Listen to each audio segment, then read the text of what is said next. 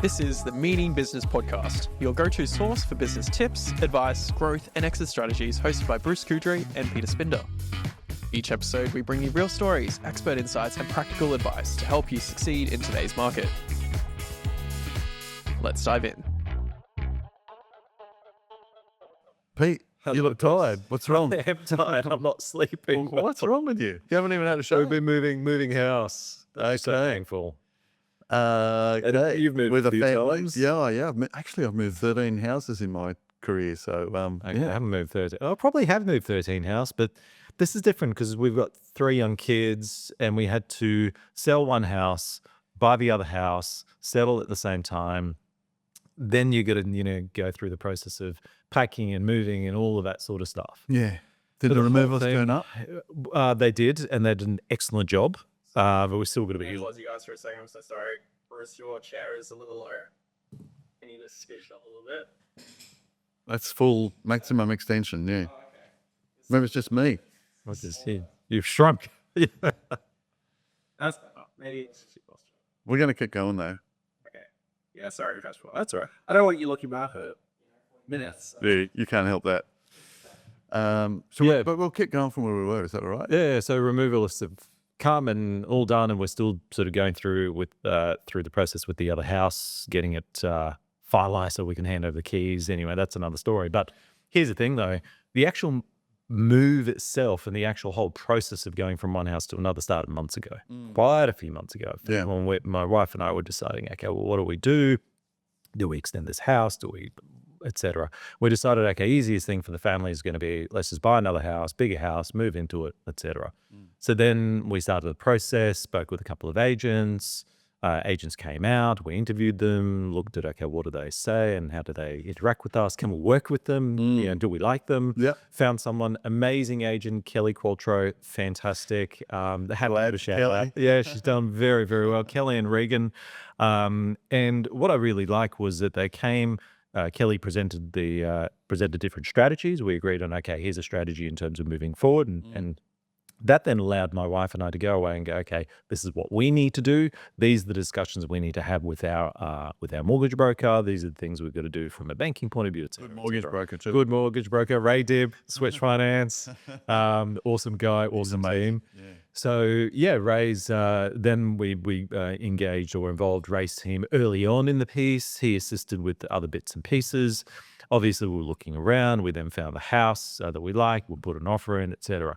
The point of this story is that when you're looking at selling and buying a house and moving, it takes time. You actually have to prepare well in advance. A lot of logistics. A lot of logistics, but the other Getting thing the is internet set up with a getting the internet was a problem, and yeah, we cancelled one big company provider and went to another one, and all so those. It's just disappointing the service that you get. oh, it's ridiculous. And all the moving parts. Mail to redirection and all the little things. All of the little things. But then there's also the other part, which is, okay, well, what do we want to achieve when we're selling a property? Most people want to achieve the maximum price, right?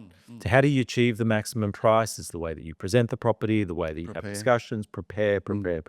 And the agent that you choose. And the agent the was marketing fantastic. campaign and Strategy. who you think is going to buy it and how you're going to attract the right buyer. Absolutely. So we worked hard to get to a point where we were ready with things. Kelly then came on board. She provided us a strategy. And when we said to her, okay, let's pull the trigger now, sign the document, let's list, at that point in time, she went off, and within 5 days, we had 6 offers. It was under contract within 6 days. Fantastic. Above what we were expecting in terms of the price. The reason we achieved that, though, is partly because Kelly's amazing and her team. She knew exactly what she needed to do, but it was also because we did so much of the legwork beforehand. We knew what we were after. We knew how to get ready. And so this is a topic that we want to talk about today as it relates to a business sale, because property sale, complicated. Business sale, now that's another discussion. That's far more complex. Yeah, it can be. That's right. And in moving house, there's a lot of logistics, and in planning for a business sale, there's a lot of moving parts, a lot of logistics. So unlike owning a house, I think you need to always have a plan in place for when you're going to sell. Absolutely. But even when you own a home, you must it's a good idea in the back of your mind to have a little plan to sort of think, well, if I want to sell, this is how I'm going to sell, this is what I'm going to do, this is who I'm going to get Well, to it's sell it. interesting that you mentioned that with us, like my wife's, she just, I'm driving her crazy, I think, with my discussions. We could do this, we could do that. And part of the reason I'm thinking, okay, we're going to repaint the roof and we're going to paint the house and do the kitchen and that sort of thing. The reason I'm doing that, one is obviously aesthetics and livability for us. But the other part of me is like, okay, potentially in the next 4, 5, 3, 10, 15, whatever years time, if we want to sell this house, how do I maximize the outcome? Exactly. And I'm already thinking, okay, I'm going to need to put aside some money for this and put aside some money for that.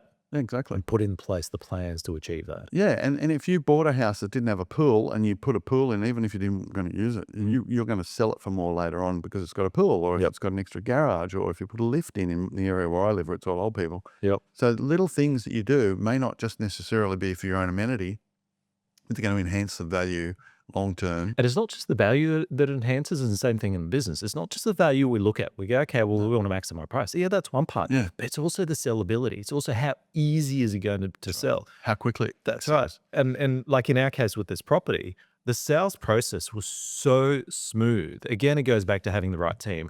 Ray assisting us from a finance, Kelly and Regan assisting us with the property. And then on the other side, the buying side, we bought another property. And again, the agents were fantastic there and were able to assist us through the process.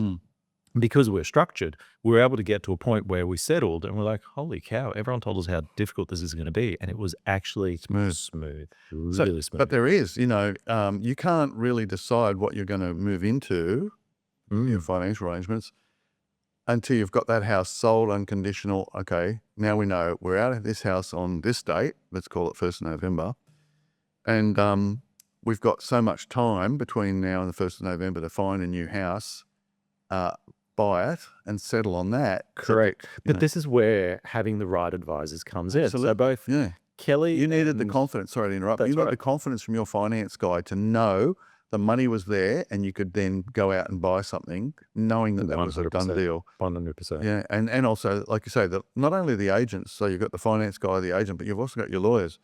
So a good conveyancing lawyer on your side can make things so much smoother, and a lazy one, or one who puts things off to the last minute, can really give you stress and make things a little bit challenging as well. Yeah, actually, you're 100% right. And shout out to Tanya from CQ Law as well, where she assisted in negotiating a structure that gave us the confidence that we've got many months up our sleeve to find the right property. We had the right sort of clauses in there so that should something happen, should something not happen. Ray gave us a bandwidth in terms of, okay, well, here's the spectrum that you can look at. Yeah. And then Kelly gave us a strategy to say, okay, well, here's how we're going to discuss and negotiate. Yeah. So for example, we settled on the same day, but we ended up negotiating 14 days after settlement to be able to move our stuff, which just gave us so much time. Yeah. That was my thinking. That was through the process of talking to the advisors who were guiding us.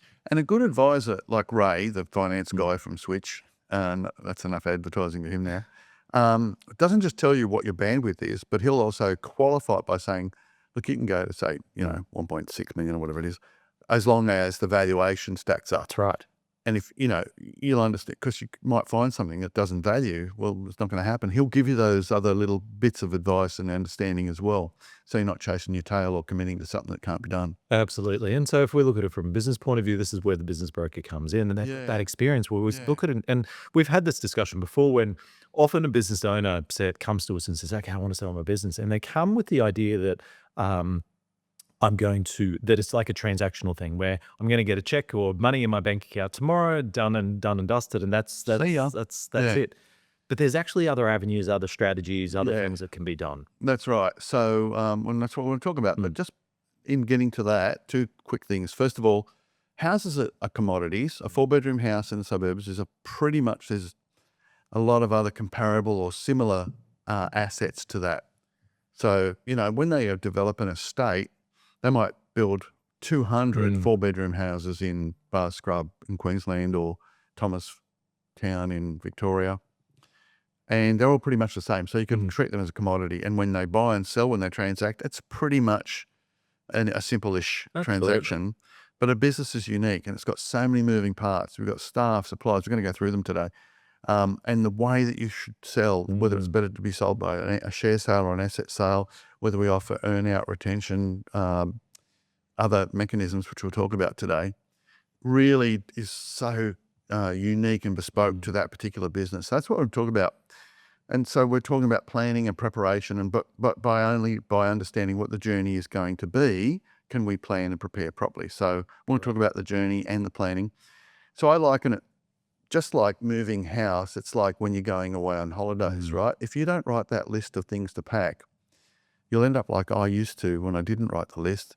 You're on holidays, you don't have your phone charger, or Big time. you didn't bring, enough socks, or But it actually starts even before then, right? Because you go, okay, I'm going on holidays, I'm going to pack my bags. Well, first of all, you've got to ask the question of, where are we going to go on holidays? When are we going to go on holidays? How much does it cost? yes, What are the budget. things that I need to do? Book accommodation, et cetera, et cetera. Yeah. And then when the time comes to in 2 weeks' time we're going on holiday. So that's the moment that you're going to hop on a plane, for example. You start thinking, okay, well now I got to put my list of things I need to pack, and I'm ticking off toothbrush, toothpaste, undies, socks, all of those. Yeah, exactly. And And it's a good thing to do. yeah, So I was away for 7 weeks last year, and I know this sounds a bit gross and weird, but in the 7-week period, your toenails and fingernails are going to grow to the point where you need to cut them. So I was in, this sounds knobby, I was in Syracuse in Sicily, week 5 or something, and I needed to cut my toenails. So I had to go to a pharmacy and buy some nail clippers, right? So now I know if I'm going away for more than 4 weeks, I need to take some nail clippers so I don't have to go run around looking for them. absolutely. So it's that It's whole experience plan as well thing. that helps you to plan, though, Absolutely. So when it comes to a business, I think the one of the key messages is that there's no such thing as starting too soon. We usually say to people, You should when you start start the a day you business, buy it. or the day that you buy it, acquire it, start it, whatever it might be. Yeah. That's when we start. You start thinking, all right, what do I want to achieve here? How much? What time? Start with the end in mind. That's right. So let's talk about that. We've wasted enough time talking about holidays and selling houses. So talking about the selling a business. So there's actually multiple stages. So first stage is value building. It's the stage where you're growing. It's the stage where you're generating revenue. You want to see growth every year, ideally. You're putting in place the right people, systems, processes, etc. It's just a concept of value building, which helps you build a more valuable business. You're taking yourself out of it long term, so you've got management, etc. Yes. Then you get to a point add value. where to add value. That's right. Then you get to a point where you're starting to think, okay, I'm thinking I might sell in the next year, 2 years, something like that. That's when we start getting into sale readiness preparation, where we start looking at, okay, well, what are the things that I need to start preparing in advance of a potential sale? And let's get So sorry, let me just go back. So stage 1 is value building, value building, which we might, if we've got time, come back to. Yep. Stage 2 is sale readiness preparation. preparation. So it's when you're thinking, okay, in the next 12 to 24 months, I think I'm going to be actual. It's the actual. Okay, let's do something. Let's do something. And that's when you would get involved with a business broker. You would talk to your accountant, lawyer, business advisor, and start bringing the team together. Business advisor can guide you and assist you in working at, okay, well, what are the things that you need to push and pull in order to help it more sellable, Maximize value. become more sellable. That's what the business broker does as well. Potentially, you might get an appraisal 2 years in advance to go, okay, well, where are we at today? Is there a mismatch between where I need to be and what the market is saying? Yeah. Then when you get to a point where, okay, you're now thinking, all right, I'm probably 3 to 6 months away from calling Bruce up and saying, Bruce, I'm ready to list my business. We then have pre-listing activities.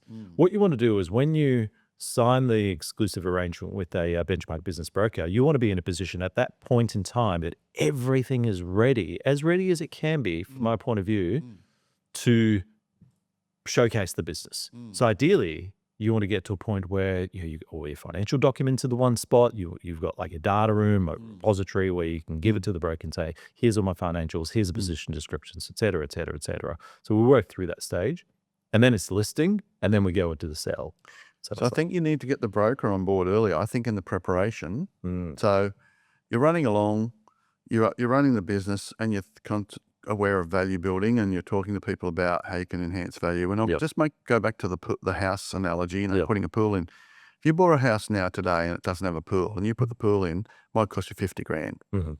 If you leave it a couple of years, it's going to cost you more. So you're better off getting the pool in now rather than later. Right? Absolutely. Just even if it's just a financial point of view, plus you get the opportunity Absolutely. to enjoy having a pool.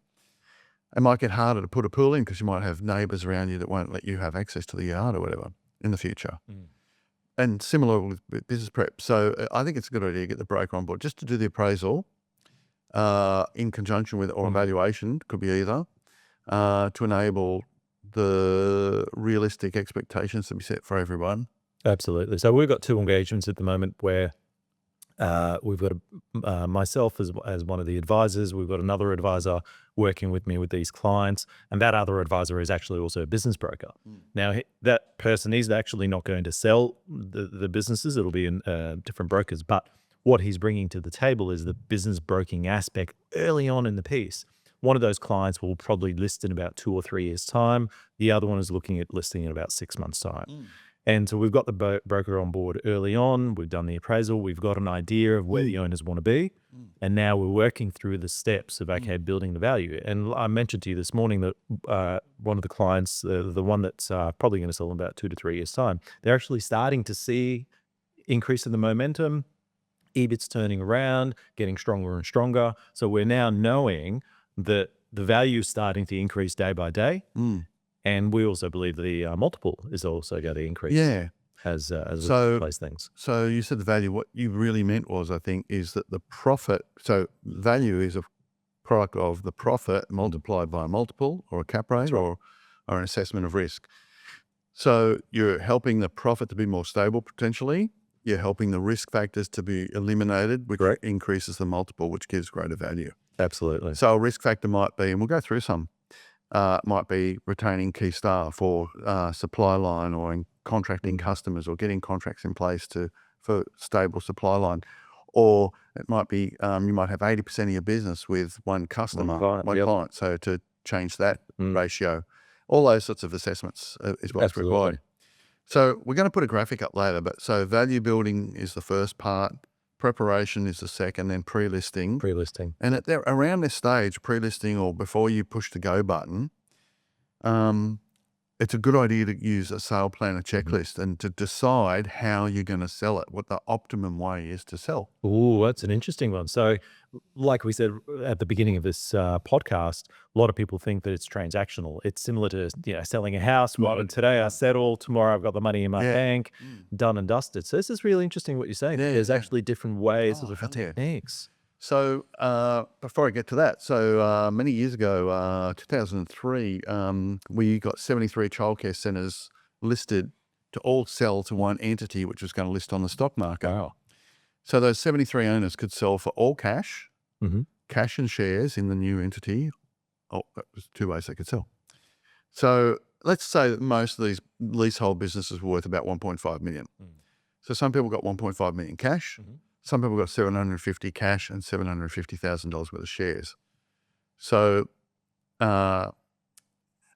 we look at which is in hindsight, which was the best way. So some people worked with 1.5 million, and some people had to pay capital gains tax because they made a capital gain. They had to pay the government some tax. And in some cases, most cases, they got the $750,000 worth of shares that they got were in escrow for 6 months. They couldn't cash them out. So after 6 months, those shares which floated at 50 cents a share, it was called Childcare Centres Australia, CCA. Michael Kroger and Andrew Peacock was the chair of that company, so you can check the record. They floated at 50 cents a share. After the escrow period of 6 months, the share price was over $1.50. Wow. So the 750,000 became 1.25 million. Wow. So they got 2 million instead of 1.5. Or more, and then they got, have we got that right? Anyway, more. It's definitely more. But more, but also because of the crystallization of the share value and other accounting advice, they were able, in many cases, to pay less capital gains tax and put more in their pocket. So that's an example, bit of a quirky or weird way of telling the story, where by planning it out, and obviously with the benefit of hindsight, you can see how different arrangements can result in a better outcome. And therefore, sometimes you can sell for less and get more in your pocket. So that's why we need advisors to come on board and help us with this sale plan. Can I just run through that quickly? I think just one thing that I'll add in there is that in some industries, and particularly in professional services, it can be very difficult to find that sort of transactional buy. It can be very difficult to find someone that's actually I'd say a impossible. business. Yeah. So quite often, it's either going to be someone coming up internally, so you've got to structure it that way, or it might be an acquisition from a competitor or someone that wants to enter the industry. But what happens is, and the reason I'm flagging this is that quite often in professional services, the business owners are critical, so critical to the clients being sticky in particular. That's right. To the team being sticky. Yeah. And So so retention is required. absolutely. So part of what we do as advisors is unstick the stickiness and unstick the business owners where we can. And then the other part of that is especially from business broking and accounting perspective, we look at, okay, well, what are the different ways that we could sell? So could it be through an earnout? Could it be some other mechanism so that it allows the transaction to actually happen and it doesn't lock the whole process? So that's a part of the sale plan. That's the second part. So the first part is we get the advisors on board to understand whether it should be a share sale or an asset sale. That's the first fundamental. You mentioned accountants there, which is the second part, which is how we structure the sale, where it's cash purchase, vendor finance, earn out, buyout, or retention. Retention is usually used for professional services. So why I balked a little bit when you were talking about accountants giving advice is quite often accountants or solicitors that have been the family's accountant or solicitor do not give the best advice in terms of how to transact. I'll give you a quick example. So there's a business in Melbourne where it has intercompany transfers which have minimised tax in one company and maximised, taken expenses from one company into the other. It's now time to sell that business, and ultimately they're going to have to pay the tax on the money that they've saved over the tax they haven't paid over the years. The day of reckoning has come.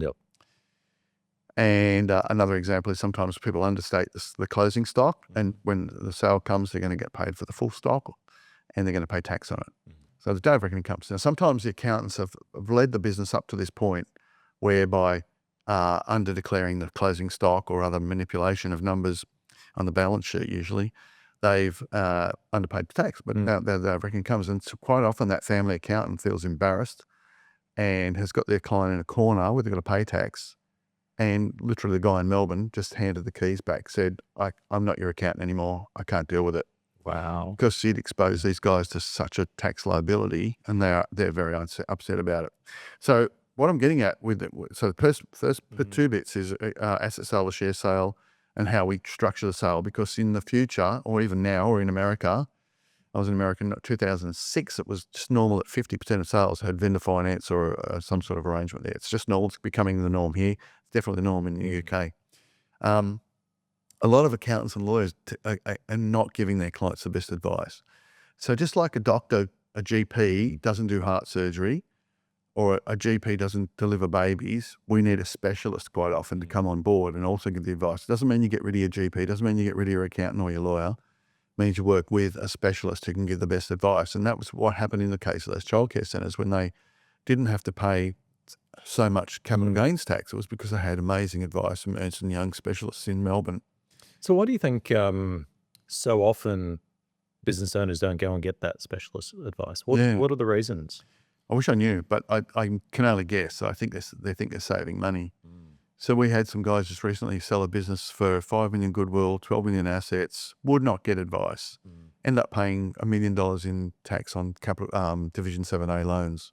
So we'll talk about Division 7A loans another day. Again, the accountant just didn't want to get advice, and they could have restructured. They had 5 entities. They could have managed that, I believe. I'm not an accountant, but from my experience of selling over $5,000 businesses in 25 years or more, I believe that they could have mitigated their tax issues. They didn't, because they thought they'd save money. So what were they saving? 20, 30, 40,000? What are they paying in tax? $1 million? Wow. They would not have saved the whole $1 million. They might have saved half that. Still, but to spend 30 or 40 grand to save 500,000, or maybe even 100 grand, it's still worth it. Absolutely. I guess they didn't feel confident that they could pay that money and get the advice that was going to guarantee they would save that money. So that's my answer. I think people just think they can't see the value, but there is absolutely great value in getting excellent. There's so many great advisors out there. Actually, that's not true. There's not 90% of accountants and lawyers are not that great at everything. So finding a good one who's good at, giving you a tax or echelon. CGT advice, a specialist. It's just like law or medicine. You get a specialist.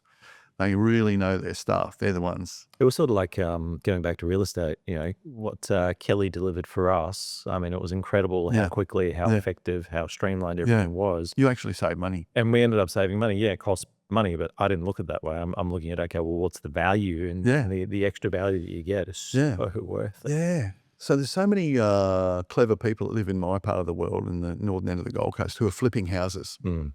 So in my street, some people bought their house for 1.7 million. They sold it for 3.3. They bought another one for 2.7. They'll probably keep that for a year and they'll make another $1 million. It's tax-free because it's your place of residence.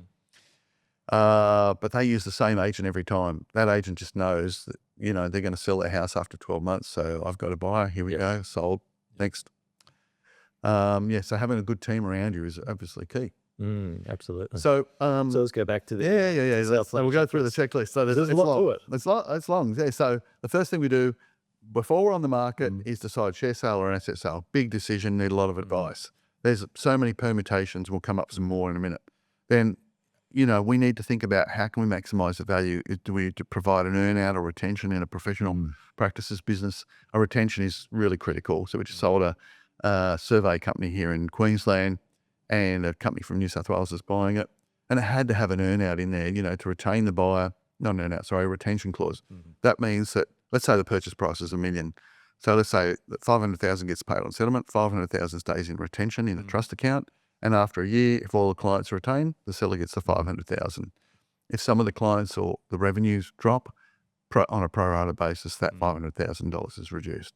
Sometimes you can have it so that it can be increased too if you exceed certain milestones. Yep.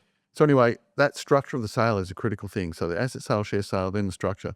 Then we also have to think about marketing, how we're going to market it. So the marketing plan is thinking about who the buyer is and how we're going to get the buyer that's going to pay the premium price. And quite often we're looking for a strategic buyer. So if we've got plenty of time in advance, we're talking about this pre-sale planning, right? So we can think about who's going to pay the most. So let's say you've got a transport business, right? And it's worth this much normally to a normal buyer. And maybe we might be able to find a transport company that needs what they can do, or the clients they're servicing, or the area they cover, to add to their network, and they'll pay a premium because they can see synergy or greater profit. It can even be losing money. They'll pay a premium for it. So we analyse who the buyers are, what we're going to tell them, and we also have to ascertain if there's someone that they don't want to sell to or they don't want to talk to. So when we move past that, and I'm just going to give you a quick list, we're going to put it up on the screen, of all the other things that need to be considered. And there's an amazing list of things here. So we need to think about staff entitlements, when to tell the staff, what supplier contracts we've got, who the key customers are. If there's gift vouchers out there in some retail businesses, you could have a gift voucher in a gym or something. You can have 1,000 gift vouchers out there, each worth $100. You don't want the buyer to buy the business and have to redeem all those gift vouchers. Deposits and prepayments, work in progress in manufacturing, that's a big thing. Stock and inventory, two different things. The stock, how we're going to do the stock take, the leases on the property or assets, if there's any arrears on rentals. If it's a franchise, how we're going to manage the franchisor situation. What restriction of trade the seller is going to give the buyer if they want to buy another business or whatever, how we're going to manage that. There's two things called, in terms of training, there's tuition and assistance. So tuition is before settlement, assistance is after settlement. We want the seller to tell us and have this ready. How are we going to do that? We don't want the buyer to tell us what they want. We want the seller to decide what works for them, so we can say to the buyer, this is how we're selling. The deposit, if we're going to hold the deposit, how long it's going to be held for, and if it's a significant amount, whether it's going to be interest-bearing. If it's interest-bearing, who gets the interest? The buyer, the seller, who gets it? Do they share it? Trademarks, IP, any leased or financed equipment, is the buyer going to take over the leases and novate those leases and take those over, or are they going to be paid out at settlement? How we manage that? We need to prepare to get things off the personal property security register before settlement. So we need a list of things that are on that register so we can settle on the day and get them all taken off the register. Can you see how many things? Absolutely. My head's just like, we're only halfway. Wow. So the business name registration and any company names that might need to be changed, and license, certificates, patents, consents that need to be transferred, email addresses and how we're going to forward emails, inventory of all the assets, a trial period, what warranties we're going to offer, to make sure if it's a going concern whether GST applies to this transaction or not, what bonds the seller has in place and if they're going to release those bonds, the insurance, the phone, the internet, the security providers, the power provider. If there's solar power, how does that work? What cash flow the buyer is going to pay off to the seller? Is the buyer going to pay stamp duty? If it's a share sale, no stamp duty, about 3%. Stamp duty varies in every state. In Queensland, you pay stamp duty on stock. In other states, some other states you don't. So we need to understand that. What legal costs the seller's going to incur, what right of entry the buyer might need, how long the due diligence is going to run for, and to prepare for the due diligence. A huge topic in itself. The security requirements that a buyer will have to put up, what environmental issues might need to be addressed, what government approvals might need to be addressed. So if you're a buyer in Queensland, you're buying a construction industry, you need a QPCC license. So how are we going to get that? Can they get it? Maybe not. If not, we've got a smaller pool of potential buyers.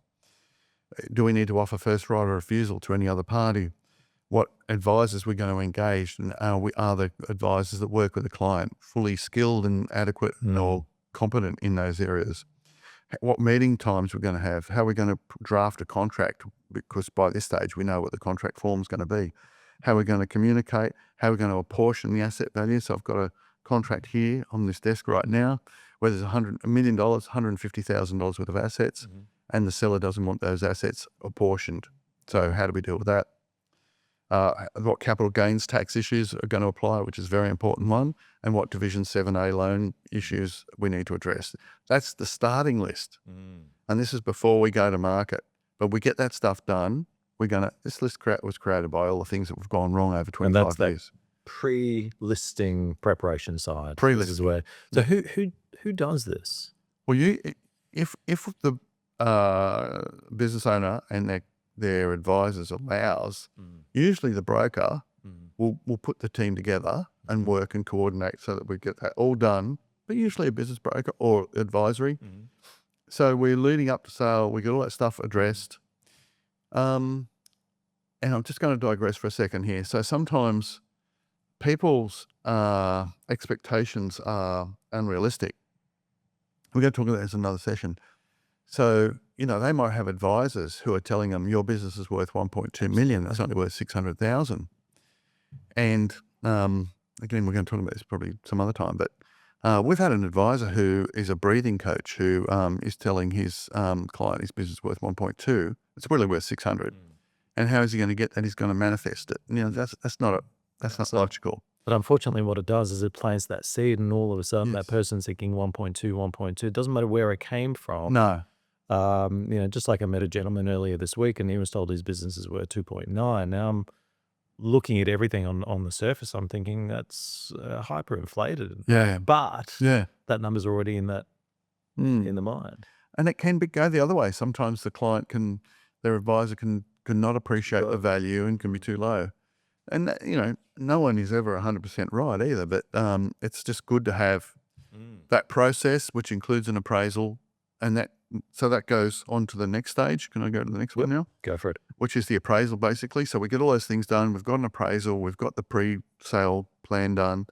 And at this point, we're ready to go. We're ready to engage, right? So if they engage a business broker, that means they sign up an authority form. Business broker can't sell without an authority form. Other people can. So you can sell it yourself. You can have a friend sell it without an authority form, which is crazy. But if you're a licensed business broker, you need to have a prescribed authority form in place. And at that point in time, we'll also plan the marketing, and we'll budget for the marketing and how we're going to market and who we're going to target. And I think the things I'm talking about here are all the most efficient ways to get sales and to make things happen. So we'll then go through this sale planner again. We'll make sure it's enacted. We'll get the draft contract ready. We'll take it to the market. And the marketing includes the following things: a due diligence kit, a mail out, EDM, AdWords, ad copy, a review of the ad, the videos, the photos, the social media, and the targeted strategic buyers that we're going to target with an acquisition letter. Yep. So then we'll engage buyers. We'll use a confidentiality deed. So we're at the negotiation phase now. We get a confidentiality deed in place. So the buyer provides an NDA basically. And after that, we'll often have a meeting between the buyer and the seller, online, at the premises, whatever's most appropriate. Again, we would have planned that in the sale plan. Maybe the seller will come to the buyer. And the next step is a heads of agreement term sheet or letter of offer, letter of engagement. Sorry, letter of to purchase. And at that point, that's actually probably quite often more important than the contract. That's where all the terms will be agreed. And sometimes the buyer will say, I want a 6-week exclusive period to be able to do the due diligence, and you can't market it. So we have to negotiate whether we're going to be able to offer them that or not, whether they pay a deposit or not, how much access to get to information under DD. I mean, at that point, especially if there's no deposit, you really don't want the buyer to see all the names and details of the customers, for example, or even the staff. So we've got to plan how that's going to be paid out. Then if that gets approved, we've decided it's an asset sale or share sale, we'll sign a contract, we'll pay a deposit, we'll go through the DD, and at Benchmark we use a thing called the sales process timeline. So we'll analyse all the steps that are going to happen along the way, when the due diligence will be finished, when the finance is agreed, at what point it becomes unconditional, when we tell the staff, how we meet the staff, how we just transition ownership, and then it'll settle, and there'll be things like the tuition and assistance happening, and after settlement, post-settlement, post-completion. If it's a share sale, there's a lot more to do after settlement because there'll be adjustments. So pre-completion adjustments and post-completion adjustments. Okay, so it's not as simple as saying, okay, today we'll settle and that's it. No, that's right. Continues. So there's all these phases in a sale, and it's, as we were sort of saying before, it's not an easy thing. You're selling your house.